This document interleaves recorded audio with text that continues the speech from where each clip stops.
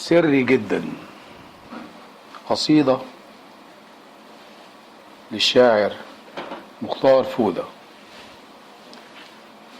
من فضل حضرتك معالي الرئيس، خلي بالك من الخسيس، خلي بالك من المهرج، خلي بالك من التعيس، واسمع صوت الناس بودان جديدة، وشوف وشوش الناس بعيون جديدة. أحسن ولاد الأمراء هيخلوها على الحديدة. وبقى الضرب تحت الحزام، وبقى الضرب تحت الحزام، ومناصب مش تمام، نسيوا كلمة وطن وبيحرقوا برج الحمام.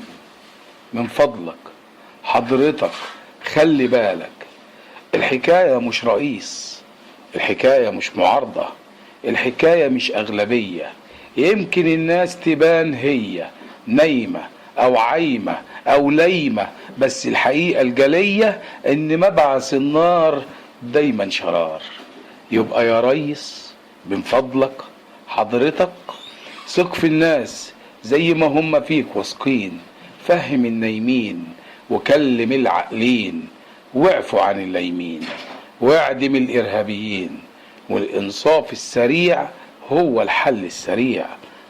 وفي ناس مندسين بيحرضوا على الخراب ولابسين مسوح المتقين، وفي كتير متقين لوطنهم حافظين. يمكن كتر الكلام، طيب أقول لمين غير لحضرتك؟